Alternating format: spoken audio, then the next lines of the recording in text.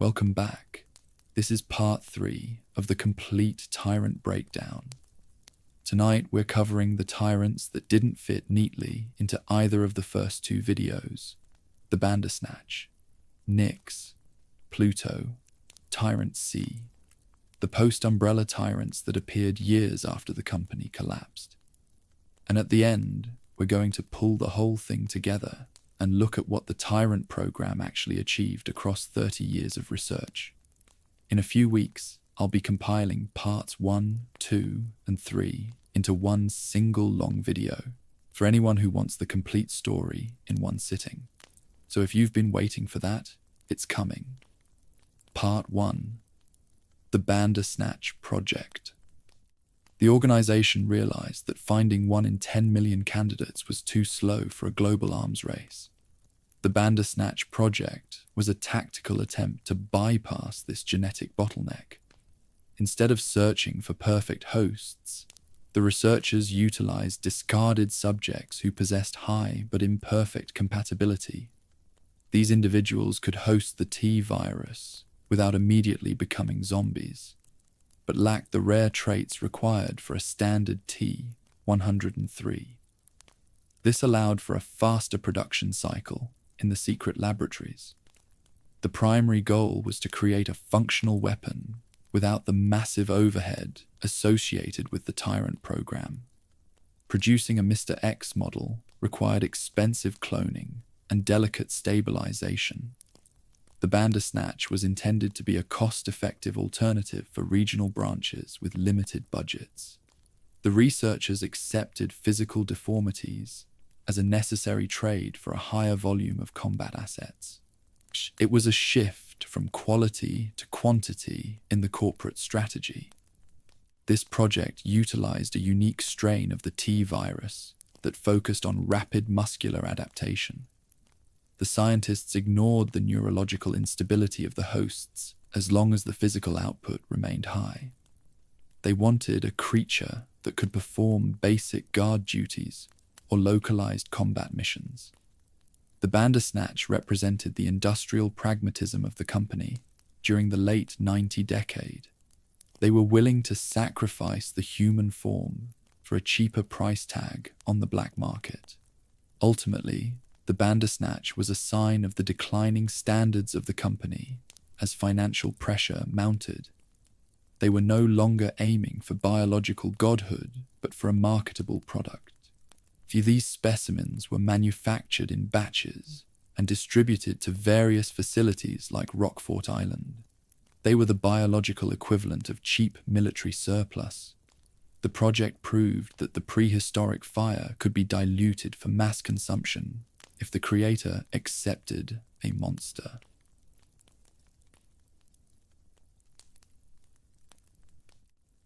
The biological process behind the Bandersnatch was fundamentally unstable. The specialized viral strain caused massive muscular hypertrophy in the right arm of the host. This limb became an elastic weapon capable of striking targets from a distance. However, this growth required an immense amount of metabolic energy. The virus diverted all available nutrients to the primary weapon, which resulted in the total atrophy of the lower body and the left arm. The host became a biological imbalance. This atrophy meant the creature could no longer walk in a humanoid fashion. The legs became withered stalks that were incapable of supporting the massive weight of the upper body. To solve this, the researchers programmed the creature to use its right arm as a grappling hook. The Bandersnatch moved by swinging through environments or pulling itself toward targets.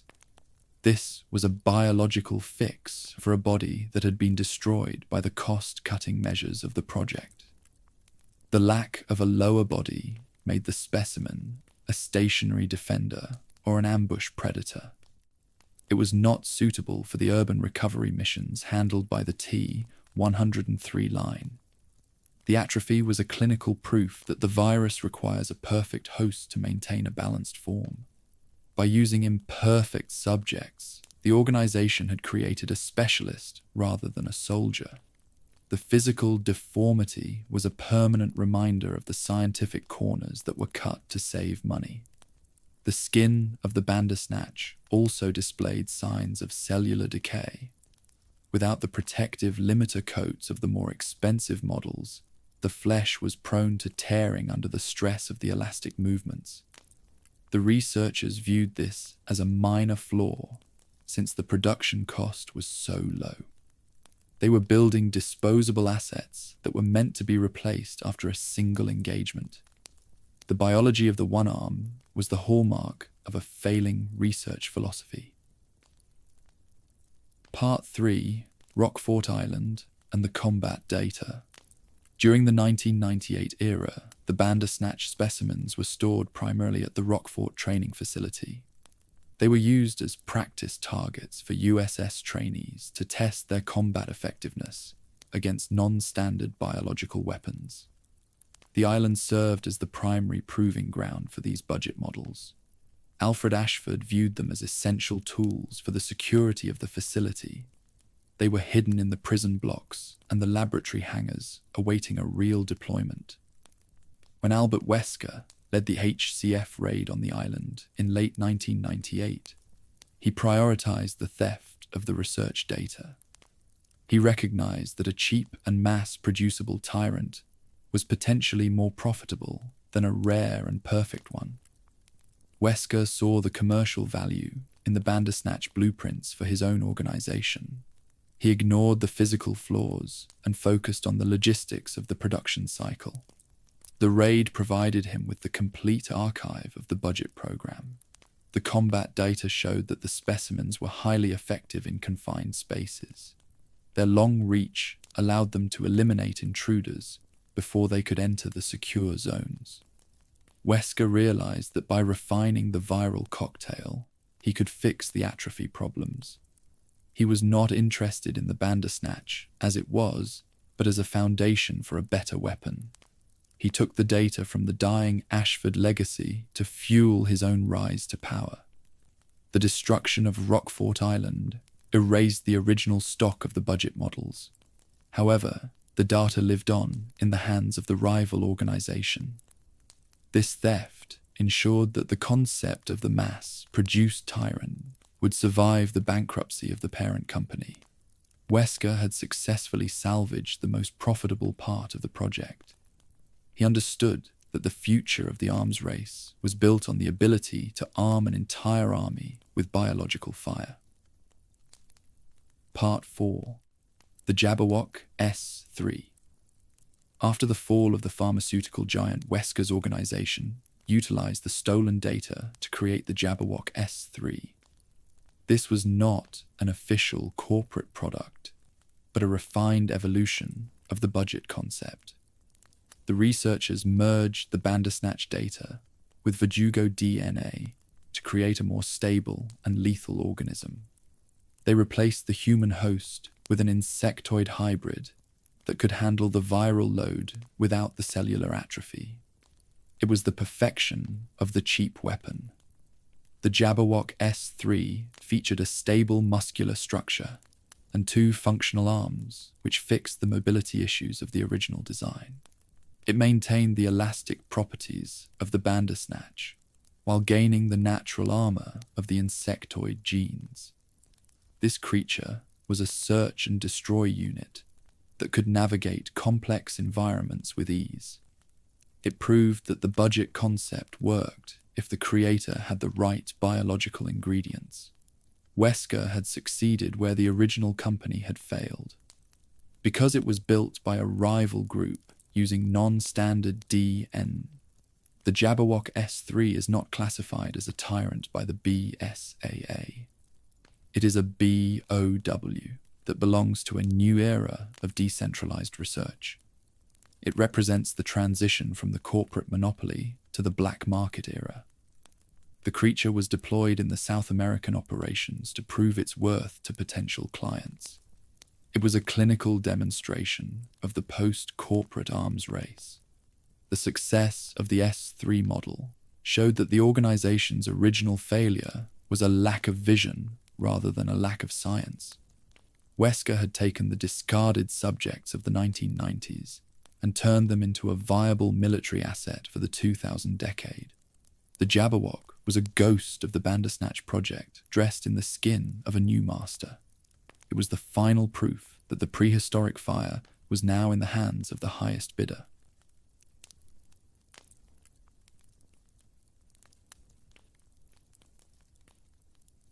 Nyx was a living containment unit developed during the final months of the Raccoon City research.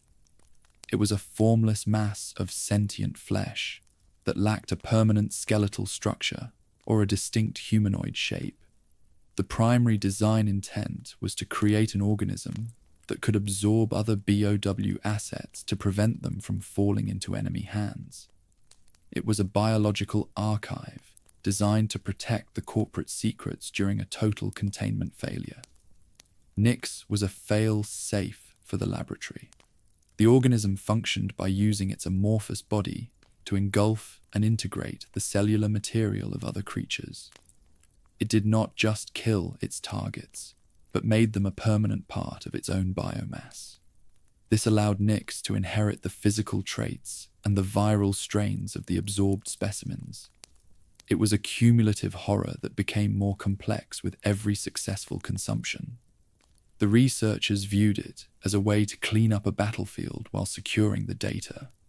Biologically, Nyx was a parasitic mass that required a constant intake of fresh genetic material to maintain its integrity. Without a host to absorb it, remained in a dormant and sluggish state. Once activated, it moved with a surprising speed for its size, using its tendrils to pull targets into its core.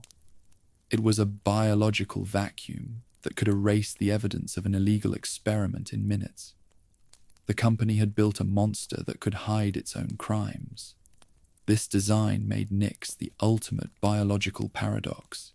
It was a weapon that was built to destroy other weapons. It represented the peak of the containment research within the city. The researchers feared the power of the mass, but they valued its ability to hide the truth. Nyx was the personification of the corporate obsession with secrecy. It was a being that had no identity of its own, only the identities of the creatures it had consumed. Part 6. The USS Defector. How Nyx escaped containment. During the final hours of the Raccoon City incident, a high-level researcher attempted to smuggle Nyx out of the quarantine zone. He intended to act as a defector, using the living containment unit as evidence to trade for government protection. He believed that the biological data stored within the mass was the only way to secure a pardon for his crimes. He hired a private security detail to move the specimen through the forest outskirts. It was a desperate move to escape the coming nuclear strike. However, Nyx is an organism that is highly sensitive to external stimuli and environmental stress. The vibrations of the transport and the sound of gunfire in the forest caused the mass to react with defensive aggression. It broke out of its specialized containment vessel within minutes of leaving the facility. The specimen instantly absorbed the researcher and his entire security detail, who were caught in the initial breach. The evidence had consumed the witness. The defection failed because the researcher underestimated the predatory nature of the archive. Nyx did not distinguish between a corporate master and a tactical target. It only saw potential biomass for its own expansion. The forest became a localized disaster zone as the creature wandered the woods looking for more genetic material. The organization's secrets were now loose in the world, but they were trapped inside a formless mass of screaming flesh. It was a total failure of management. The incident proved that some biological assets are too volatile to be used as political leverage. The defector had tried to own the prehistoric fire and had been burned by it. Nyx remained in the forest outskirts, acting as a biological blockade for any other survivors. It was a silent witness to the end of the city, carrying the weight of the corporate history in its bloated body. The defector was gone, but the monster he unleashed remained a threat to the global recovery. Part 7. Absorbing the Tyrant R. During its rampage through the forest, Nyx encountered a T-103 known as Tyrant R. In a chaotic engagement, the sentient mass successfully engulfed the super soldier and integrated its cellular structure. In this absorption, granted Nyx the raw strength and the durable hide of the Tyrant template. It became a massive juggernaut capable of crushing armored vehicles and resisting small arms fire. The living containment unit had finally archived its most valuable asset. This integration made the creature significantly more dangerous to the local survivors. It now possessed the predatory logic and the aggressive reach of the super soldier. However, the absorption also created a fatal biological paradox. The Tyrant host was too large and too structurally rigid to be fully dissolved by the mass. The exposed heart of the T-103 became a permanent and visible fixture on the surface of the Nyx. The archive had inherited the primary mortal flaw of its prize. The exposed heart served as the primary weak point for any tactical engagement. By attacking the heart, the survivors could bypass the thick hide of the mass and strike directly at the viral core. The creature was now a victim of its own success. It had gained the power of a god, but had also gained a way to be killed. This paradox reflected the fundamental instability of the Tyrant Project. Even when integrated into a formless mass, the gene remained a liability. The survival of Tyrant R within the mass confirmed the resilience of the Russian clones. The host was still functional and attempting to complete its mission, even while trapped in the sentient flesh. This conflict between the two organisms created a creature that was in a state of permanent biological stress. And Nyx was a hybrid of containment and aggression, a monster that was fighting itself as much as the heroes. The absorption was the peak of the forest incident and the start of the end for the specimen. Part 8. The Greek Connection. Why Nyx, Hypnos, and Thanatos are all named after Greek gods, and what that tells us about Umbrella's naming philosophy. The organization's decision to name its high-level biological assets after the Greek pantheon reveals a deep and systematic arrogance within the founding elite. By utilizing names like Nyx for night, Hypnos for sleep, and Thanatos for death, the corporate leaders were signaling their transition from simple businessmen to modern myth-makers. They did not view their creations as mere products or industrial tools. They saw them as a new generation of biological deities designed to replace the old order of the world. This naming philosophy was a reflection of the Spencer dream of a new world order. This pattern suggests that the researchers were building a narrative for the human species that moved beyond traditional science.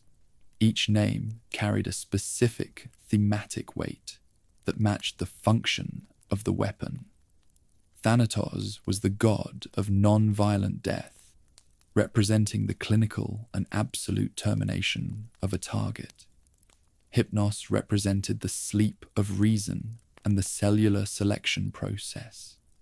These were not random choices, but calculated statements of intent. The organization was carving its own theology into the genetic code of its super soldiers to prove its cultural dominance.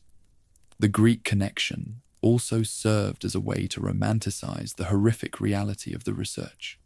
It provided a thin layer of intellectual prestige to a project that was built on human trafficking and mass murder. The founders wanted to be remembered as architects of a new era rather than war criminals. By linking their weapons to the ancient gods, they were claiming a historical legitimacy that they did not earn. This was a form of psychological conditioning for the researchers who were taught to see their work as a divine mission for the species.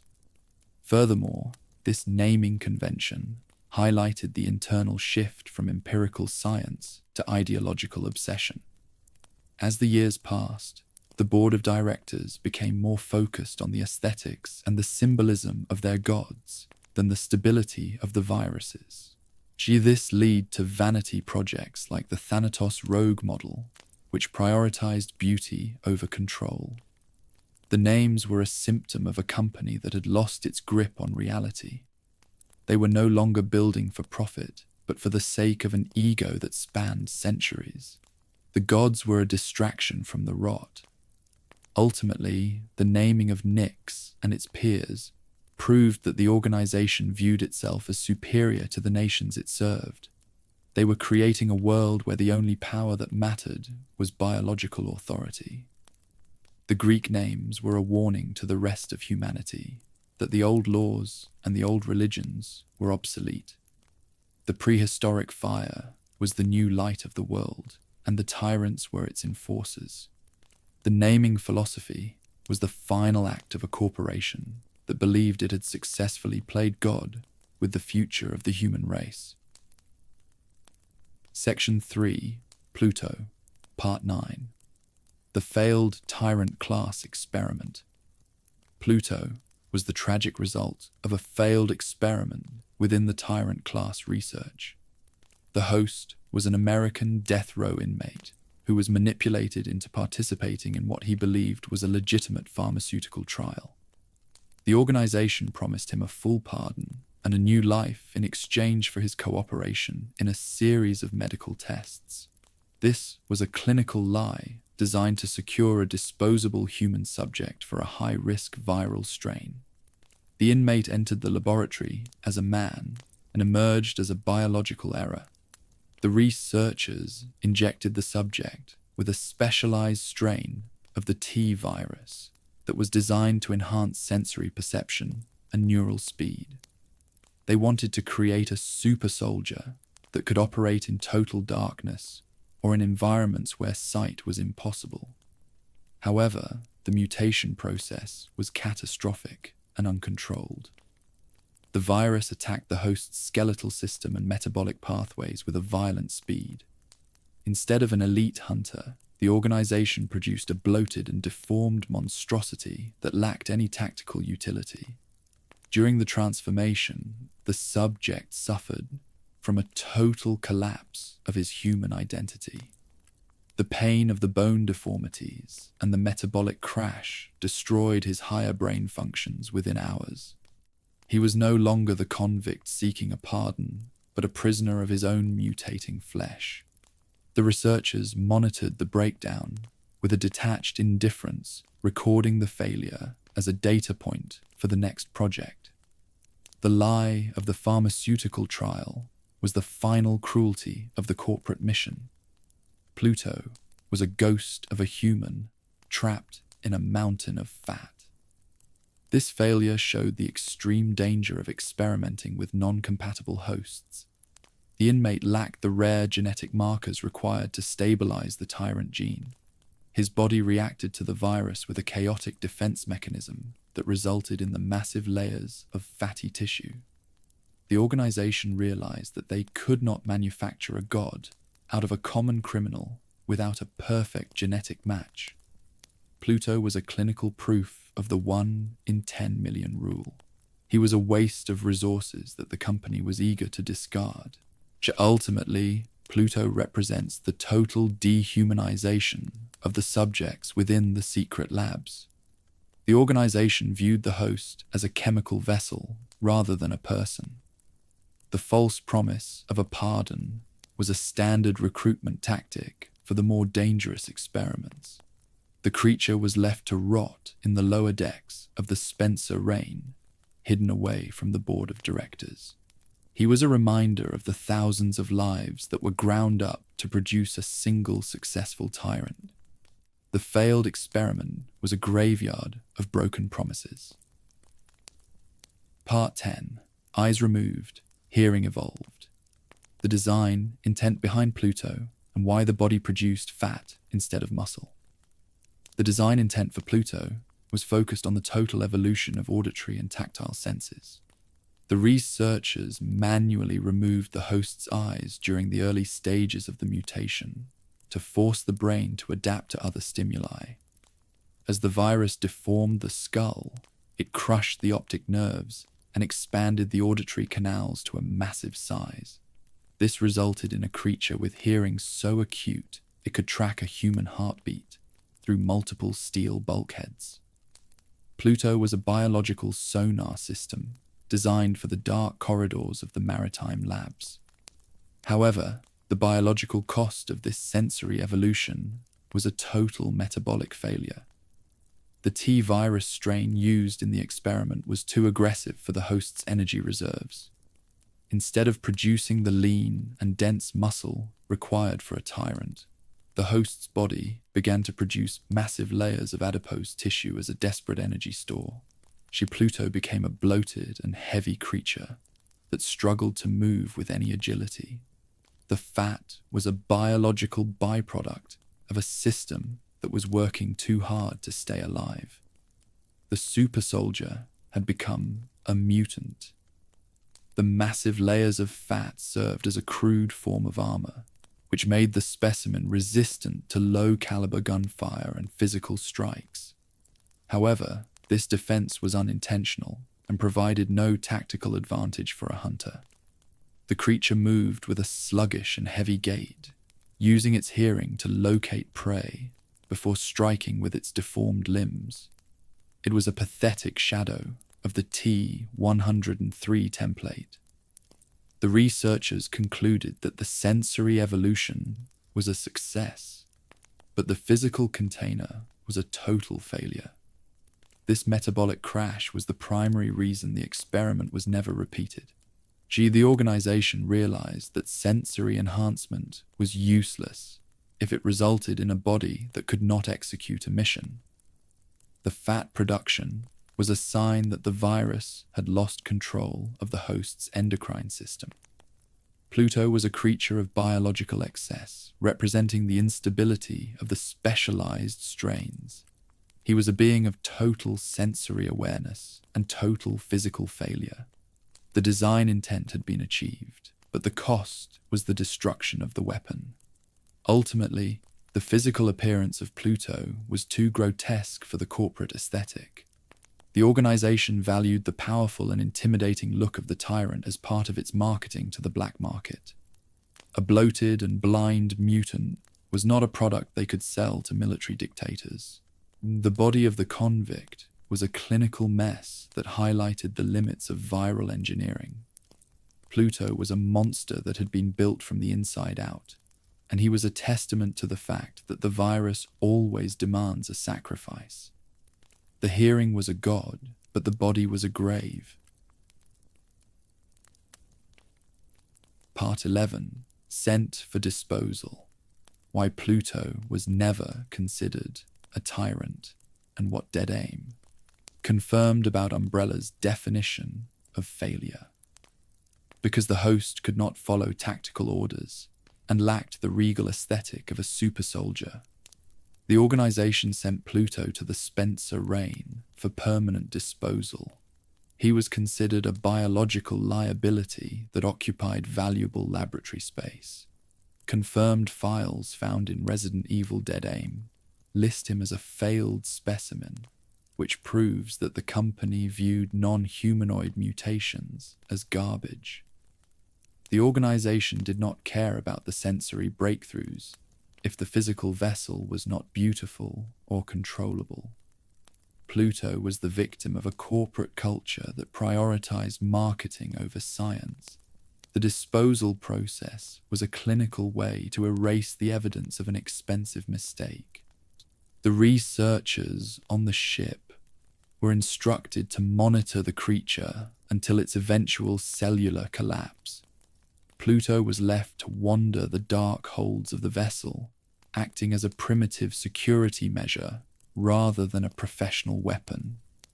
He was a being that existed in a state of constant neurological pain due to the crushed skull. The company had abandoned the inmate the moment the virus produced fat instead of muscle. It was a total rejection of the host. The status of failed specimen also meant that Pluto was excluded from the official Tyrant genealogy. He was a branch of the research that the board of directors wanted to forget. The organization wanted a god that reflected their own aristocratic vanity. A blind and bloated mutant did not fit the image of the pharmaceutical giant. Pluto was the physical manifestation of the scientific risks that resulted in industrial waste. He was a reminder that the virus often produced errors that the company was forced to bury. Ultimately, the presence of Pluto on the ship highlighted the instability of the specialized T-virus strains. The researchers were chasing sensory perfection, but they lacked the genetic foundation to support it. The creature was a biological tragedy that reflected the cruelty of the corporate elite. He was a man who traded his eyes for a hearing that only allowed him to hear his own metabolic decay. The organization viewed him as trash because he could not wear a trench coat or carry a contract. The disposal was the final act of a failed experiment. Section 4, Tyrant C, Part 12, the Horned Variant. What is confirmed about Tyrant C? What is not, and why the gaps in its lore are significant? Tyrant C is an enigma within the Raccoon City records. This specimen was spotted during the final hours of the outbreak, possessing small horns and superior reflexes. It is confirmed to be a high-end variant of the T-103 line, but the specific mission parameters remain classified. The lore gaps regarding this model are significant because they suggest a private production run. Tyrant C was likely built for a high-level executive who wanted a personal guard that could outmatch the standard military clones. The physical mutation of the horns suggests a higher viral output in the cerebral cortex. This would theoretically grant the creature a level of independence and tactical creativity, unseen in the standard Mr. X models. However, the lack of official documentation makes it difficult to confirm the exact nature of its programming. Tyrant C moved through the city with a predatory grace that indicated a refined nervous system. It was a being that operated on the fringe of the corporate hierarchy. It was a specialized tool for a specific master. The gaps in the lore also imply that the organization was successful in hiding its most advanced projects. While the standard Tyrants were well documented for the black market, Tyrant C was a secret asset. This specimen represented the elite tier of the biological arms race. The researchers who built it likely operated in a separate facility, away from the prying eyes of the federal investigators. The creature was a ghost in the machine of the Raccoon City incident. Its existence was a warning of the hidden power within the company. Ultimately, the mystery of the Horned Variant highlights the decentralized nature of the Tyrant Project. Different branches were competing to build the most efficient hunter. Tyrant C was the result of a scientific ambition that sought to move beyond the mass-produced clones. It was a unique being that stood as a testament to the versatility of the T-103 template. The gaps in the history are a sign that the company carried its most dangerous secrets to the grave. It remains a rare and lethal curiosity of the 1998 era. Part 13. The Purple Coat. What the deviation from standard olive green might indicate about its development status. The purple limiter coat worn by Tyrant C is a custom designation that indicates a non-standard development status. Just as the Ivan models wore white uniforms to signify their role as elite bodyguards, the purple coat suggests a high-status security detail. It was a visual marker that separated this specimen from the standard olive green units deployed for general data collection. The color likely served as a tactical identifier for the corporate commanders. It was a brand of exclusivity for a specialized super soldier. This deviation from the standard uniform might also indicate that Tyrant C was a prototype for the next generation of infiltration models. The researchers were testing a more durable limiter material that could handle the increased heat of a high-performance host. The purple fabric was reinforced with chemical-resistant polymers designed for extreme combat environments. This coat was not just a disguise, but a functional component of a high-end weapon system.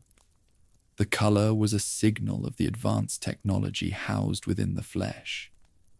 Tactically, the purple coat allowed the organization to track the movement of the specialized specimen through satellite surveillance.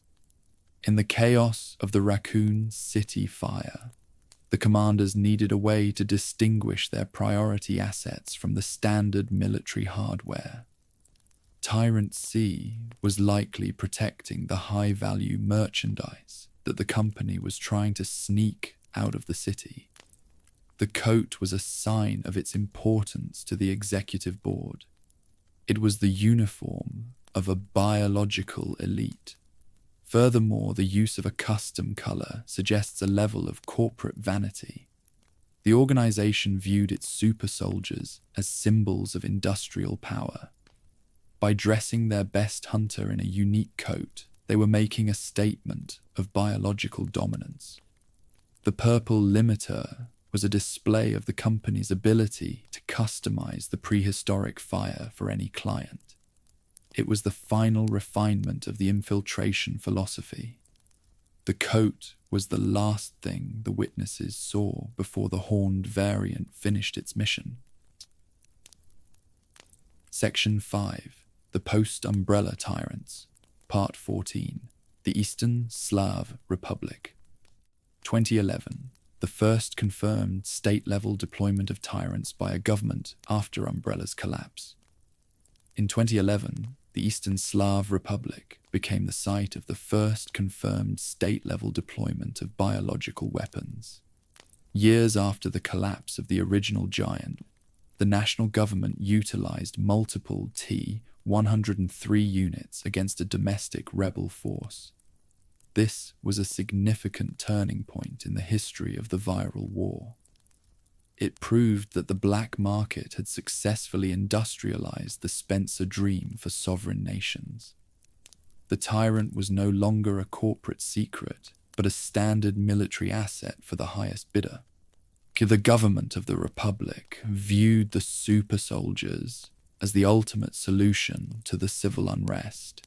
They deployed the units to secure key infrastructure and eliminate rebel strongholds with total efficiency.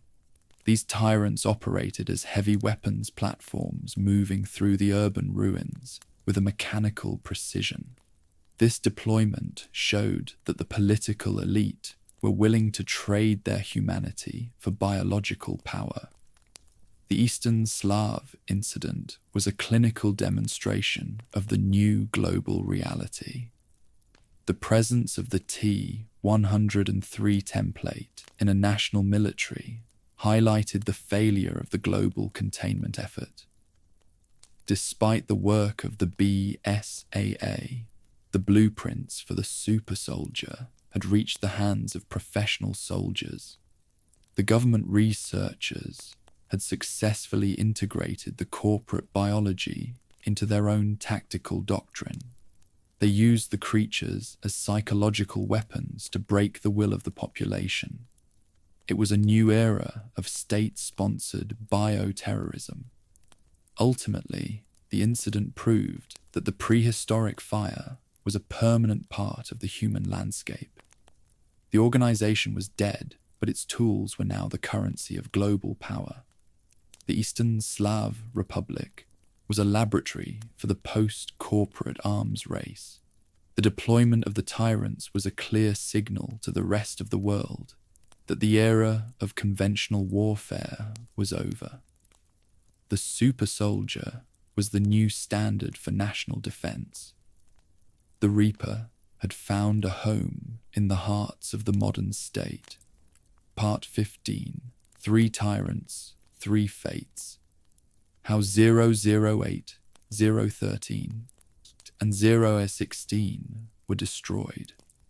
During the conflict in the Republic, 3 specific tyrants designated 008, 013, and 016 showcased the extreme durability of the T-103 blueprint.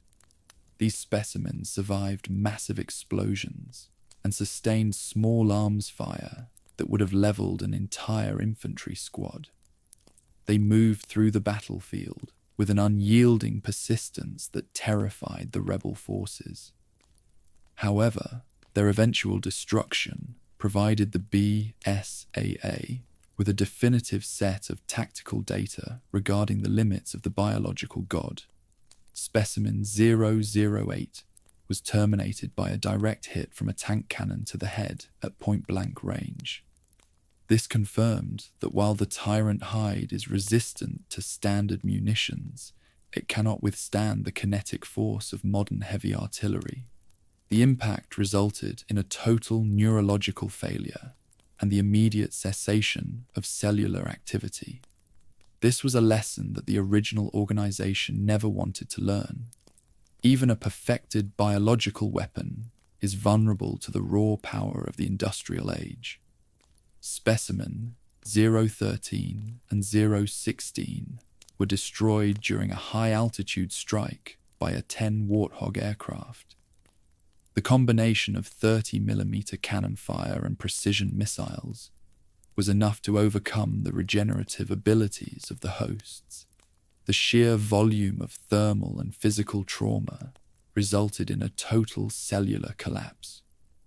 This event confirmed that the only way to ensure the death of a tyrant is through overwhelming and concentrated force. The biology was strong, but the machinery of the modern state was stronger. The 3 fates of these units proved that the T-103 template was the peak of the industrial research. They had functioned as perfect soldiers until the moment of their destruction. The data from the Republic showed that a single tyrant could dominate a localized engagement, but was still limited by the laws of physics. The organization's blueprint was durable, but it was not invincible. This realization shaped the future of the anti-B.O.W.s strategies for the international community. Ultimately, the destruction of the Eastern Slav units was a victory for the human element. Leon Kennedy and the local rebels proved that the Reaper could be killed with the right tools and the right timing. The tank cannon and the airstrike were the final answers to the question of the super soldier.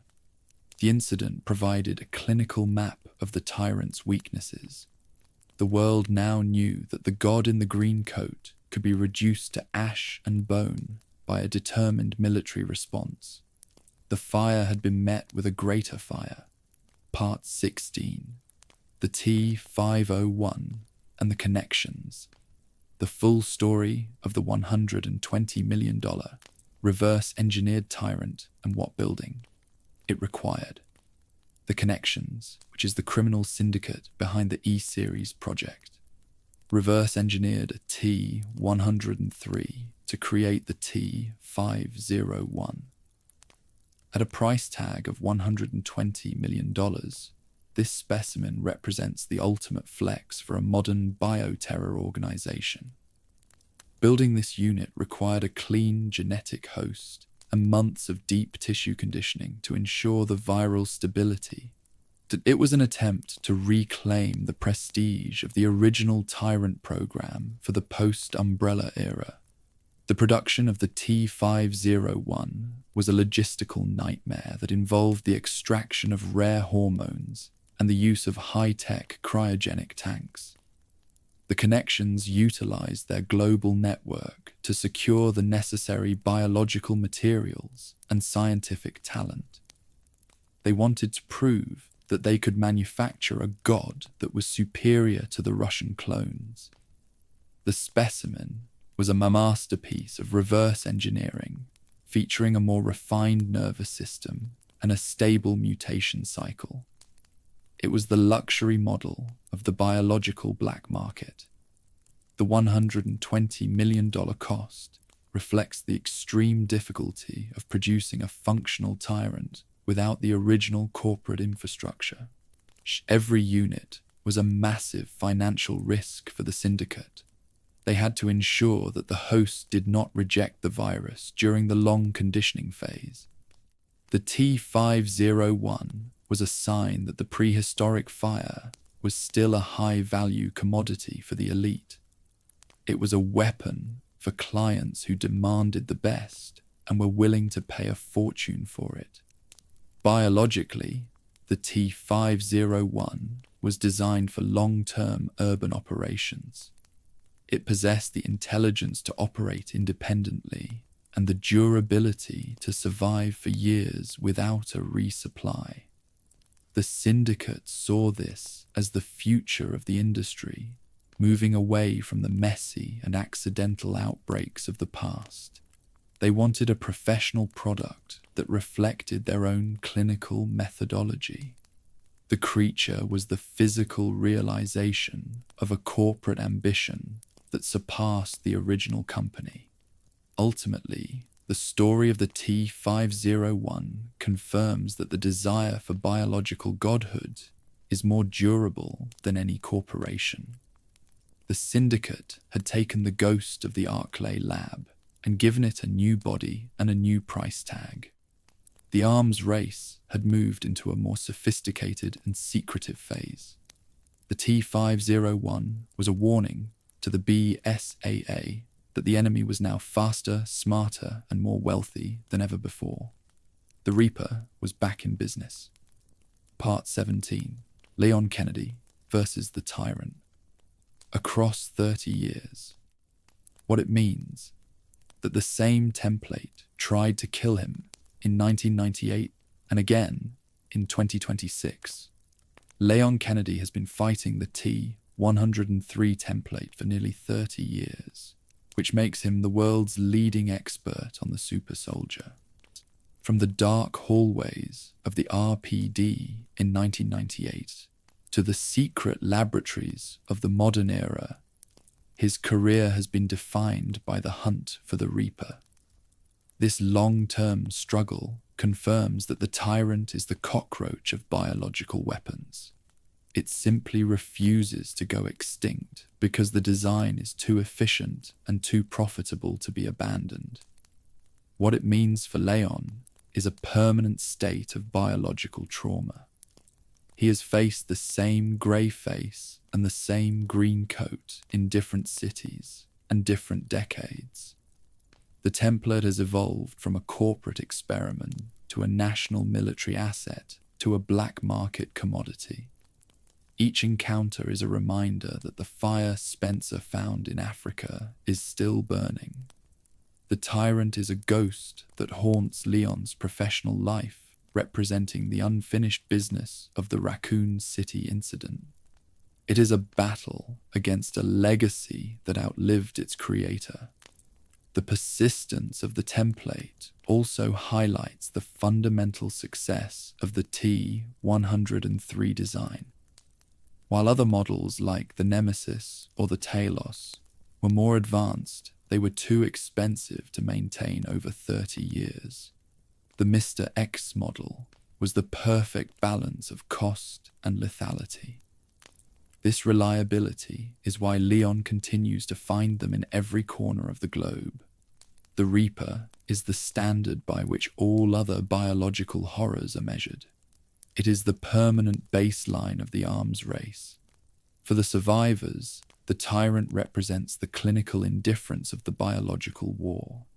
It does not care about the politics or the ethics of the user. It only cares about the mission. Leon's ability to survive these encounters for 3 decades is a testament to the human spirit against the industrial machine. He has watched the weapon change hands, but the result is always the same: a struggle for life against a man-made god. The template is a permanent scar on the history of the species. Ultimately, Leon's career is the definitive proof that the Umbrella might be gone, but the reign of the Tyrant gene is still falling. He is the guardian who stands between the population and the prehistoric fire. The fact that he is still fighting the same monster in 2026 is a clinical confirmation of the world's failure to move on from the 1960 decade. The Tyrant is the final chapter of the old world that refuses to be written. It is the monster that will always be waiting in the next hallway. Section 6, The Legacy, Part 18. The Black Market, Blueprint. How the T-103 framework survived Umbrella's bankruptcy and became a commodity. Anyone with enough money could buy. When the pharmaceutical giant went bankrupt in 2003, its digital archives, known as the UMF-013, were sold piecemeal to the highest bidders. This resulted in the total leak of the T-103 framework into the global black market. The super soldier became the AK-47 of biological weapons. Reliable, well-documented, and available to anyone with $1 billion and a lack of ethics. The blueprints were no longer a corporate secret, but a global commodity. This framework provided the foundation for every modern Tyrant project. Rogue companies and private syndicates utilized the data to build their own versions of the super soldier without having to conduct 30 years of research. They inherited the stabilization protocols, the limiter designs, and the genetic requirements. This allowed for a rapid expansion of the biological threat across the globe. The black market had successfully democratized the apocalypse by selling the keys to the Spencer Kingdom. The reliability of the T-103 template is the primary reason it survived the bankruptcy. Unlike the more complex parasitic or cybernetic models, the Russian clones were easy to maintain and deploy. They were the most marketable product in the corporate catalogue. The shadow brokers recognized this value and focused on the distribution of the mass production data. They turned the biological horror into a profitable business model for the post-Umbrella era. The Reaper was now a franchise. Furthermore, the black market ensured that the research could never be fully erased by the authorities. Even if a lab is destroyed, the digital blueprints exist in 100 other locations. The prehistoric fire is now a permanent part of the global economy. This decentralization has made the job of the BSAA nearly impossible. They are fighting a war against an ideology that is backed by a clinical set of instructions. The T-103 framework is the permanent legacy of the corporate hubris. Ultimately, the survival of the blueprint confirms that the world's desire for power is more durable than any corporation. The organization provided the tools, and the market provided the demand. The black market is the laboratory where the company's mistakes are refined and sold. The Tyrant has become a part of the global security landscape, a weapon that is used by dictators and corporate warlords to enforce their will. The blueprint is the final word on the industrial era of death. Part 19. The one model that outlasted them all, the T-103, Mr. X, remains the most successful design, and why. Every modern Tyrant is a riff on the 1998 blueprint. The T-103, known popularly as Mr. X, remains the most successful design in the history of the program. While the Nemesis was smarter and the TALOS was stronger, the T-103 was the perfect balance of cost control and lethality. It was the only model that could be mass-produced for a global market, without the risk of a total biological short circuit. Every modern Tyrant seen in the current decade is just a riff on that original 1998 blueprint. It is the definitive super soldier. The success of this model is built on its psychological and physical stability. The researchers found the sweet spot between the feral aggression of the T-002 and the overbuilt complexity of the Russian stronghold. Mr. X was a professional soldier that looked human enough to be terrifying, but was monstrous enough to be unstoppable. This balance made it the preferred choice for urban recovery and sensitive extractions. It was a weapon that could be trusted to complete a mission without a human handler. Every post-Umbrella variant, from the T-501 to the Eastern Slav units, utilizes the same core architecture. The internal heart, the reinforced hide, and the green limiter coat are the hallmarks of the T-103 lineage. The rogue companies realized that they could not improve on the fundamental logic of the design. They only updated the tactical AI and the sensor arrays. The original Russian clones provided the perfect chassis for the future of the biological war. This model outlasted its peers because it was the most practical solution to the super soldier problem. The Nemesis parasite was too volatile for mass production, and the TALOS was too expensive for a decentralized syndicate. Mr. X was the only asset that provided a high return on investment. The organization had accidentally created a timeless weapon. The 1998 blueprint is the biological foundation of the 21st century arms race. The Reaper is a classic design. Ultimately, the legacy of the T-103 is one of clinical efficiency. It was the product that proved the company could master the prehistoric fire. The fact that the design is still in use in 2026 is a testament to the genius of the original researchers. The super soldier has become a permanent fixture of the biohazard era. Every time a survivor hears the thud of heavy boots, they are hearing the echoes of the 1998 incident. The Mr. X template is the shadow that will never leave the room. Part 20. The naming pattern. Nyx, Hypnos, Thanatos, Pluto, Bandersnatch. What Umbrella's B.O.W. naming convention actually reveals about how they saw their own weapons. The naming pattern of the biological assets reveals a profound shift in the organizational psyche.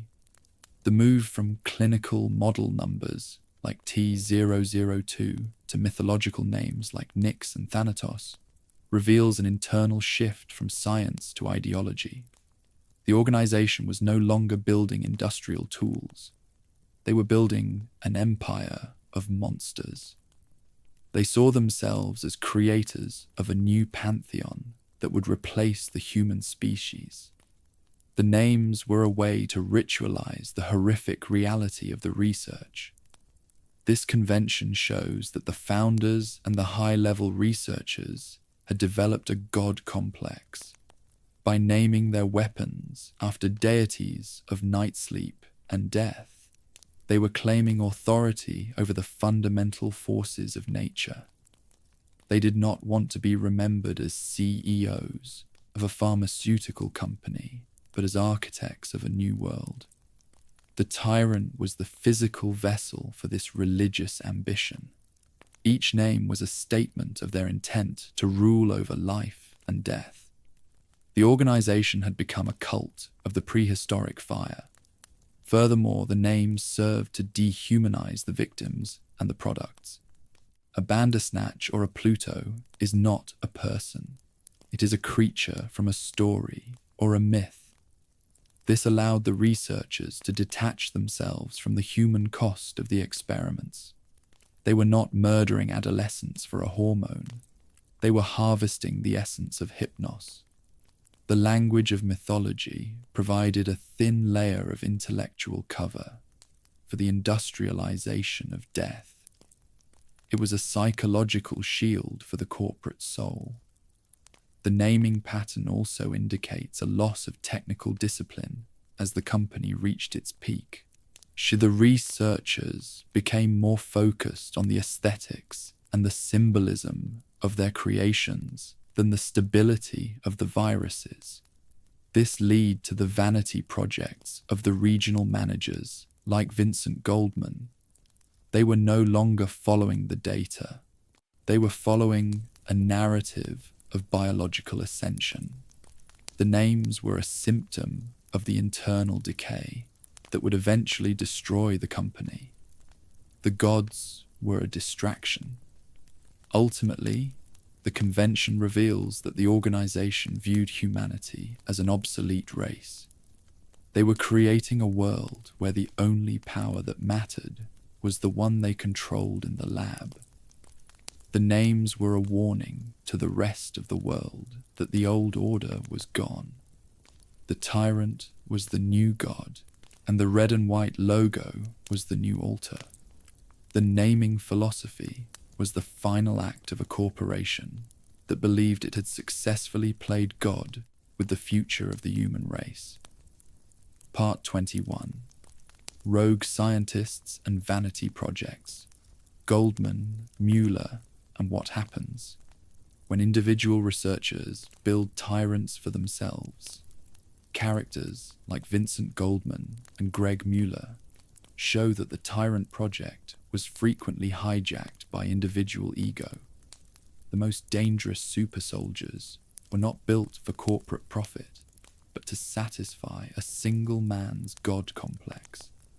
These rogue scientists used the organization's resources to fund their own private visions of biological perfection.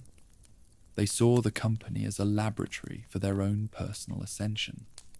This internal friction turned the research into a series of vanity projects that were often more lethal than the official products. Goldman's obsession with the Hypnos-T was a display of pure narcissism. He wanted a weapon that reflected his own cruelty and his desire for purity. He was willing to destroy his own island and kidnap hundreds of teenagers to prove his scientific genius. The Hypnos variant was not a marketable asset, but a monument to Goldman's madness. Mueller's Thanatos was a similar case, representing a rejection of the mass-produced clones for the sake of an individual art. These men were the vipers that the company had cultivated in its own nest. What happens when individual researchers build tyrants is a total breakdown of containment and control. These projects are motivated by emotion rather than tactical contracts. A rogue tyrant follows the agenda of its creator, which is often the total destruction of the world that rejected them. The prehistoric fire in the hands of a madman is a global catastrophe. These vanity projects were the primary reason the organization could no longer manage its own biological assets. The company was being consumed by its own employees. Furthermore, these scientists proved that the tyrant gene was a powerful tool for personal vengeance. Mueller unleashed Thanatos specifically to kill the corporate operatives he felt had betrayed him. The weapon was a middle finger to the board of directors. This pattern of internal sabotage is a hallmark of the 1998 era. The organization had built a culture of ruthlessness that eventually turned its best minds into its worst enemies. The vanity projects were the funeral pyre for the corporate hierarchy, and ultimately, the rogue scientists are a reminder that the technology of the 1990s had outpaced the morality of the people who owned it. The ability to manufacture a god is a power that invites individual madness. The tyrant outlived the company because the hunger for power is a permanent human trait. Goldman and Mueller were just the first of many who would use the Spencer legacy for their own dark ends. The fire is still burning, and the madmen are still in the labs. Part 22. The end of the program. What Umbrella actually achieved. What it failed to build, and why the Tyrant outlived the company that created it. The end of the Tyrant program was a failure of the original Spencer vision.